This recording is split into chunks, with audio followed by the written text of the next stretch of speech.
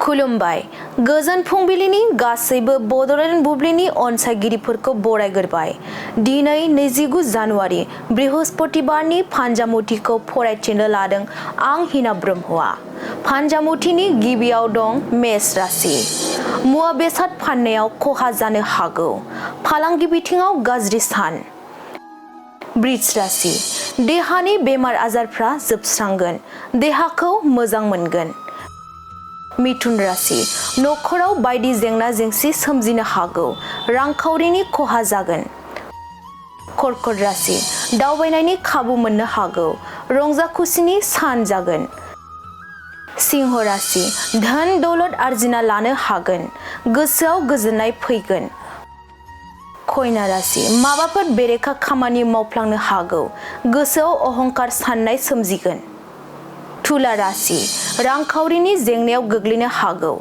खामानिफोरखौ मावफुंना लानो हानाय नङा। वृश्चिक राशि। नोंथांनि जाफुंसारनायाव बिसिनि खुसि फैगोन। रंजानायनि सान। धनु राशि। गोजान जायगायाव दावबायनो मोनगोन। दावबायनायजों साना बारलांगोन।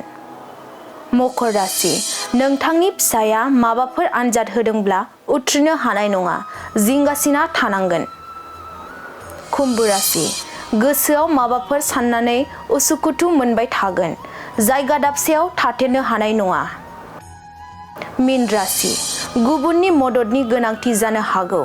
गोजौ फारसे दावबायलांनायाव जेंना नुजाथिगोन। दिनै सानसेनि राशि फरायथिनायाबो एसेनोसै। आसा खालामो नोंथांनि दिनैनि साना मोजाङै मोजां थांगोन बेखौ बड'लेण्ड बुब्लि नखरनिफ्राय मिजिंथिबाय। गोजोन्थों।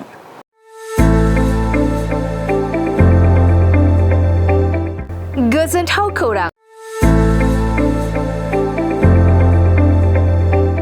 क'क्राझार सहरनि साखाथियाव थानाय तितागुरि मानास पाब्लिक स्कुला लानानै फैदों गोजोनथाव खौरां।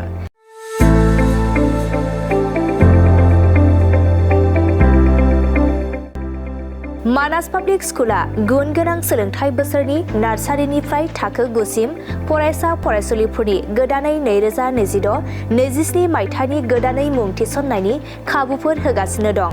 गुन गोनां सोलोंथाइ होनायजों लोगोसे तितागुरि मानास पाब्लिक स्कुलाव basic computer education, English speaking environment आरो मोजां सोलोंथाइ गोनां फोरोंगिरिफोर दं। फरायसा फरायसुलिफोरनि थाखाय सोलोंथाइ लानायजों गोबां मोजां खाबुफोर दं, जेरै यगानि खाबु आरो हिन्जावसा आरो हौवासाफोरनि थानायनि थाखाय सेपारेट हस्टेलनिबो खाबुफोर दं। नोंथाङा आबुङै मिथिबावनो थाखाय थोंजोङै नैबे 600083286000489621 आरो 9101008849 जानबुं नम्बराव खौरां लाहरनो हागोन।